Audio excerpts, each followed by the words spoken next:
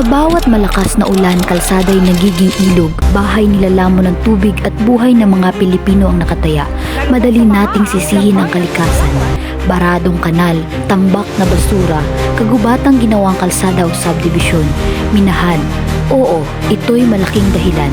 Pero kamakailan, sinabi ni Jessica Soho, hindi baha ang magpapalubog sa Pilipinas kundi kasakiman.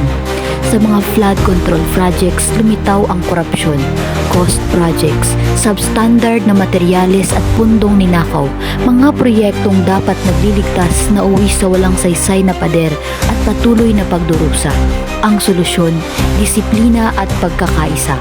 Tamang pagtatapon ng basura, masusing urban planning, pagtatanim ng puno at higit sa lahat, tunay na transparency at pananagutan mula sa gobyerno.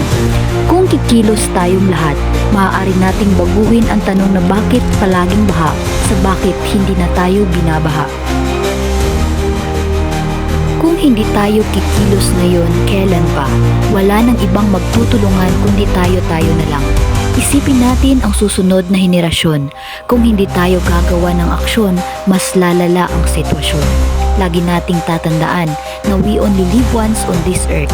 But if we live it right, once is enough.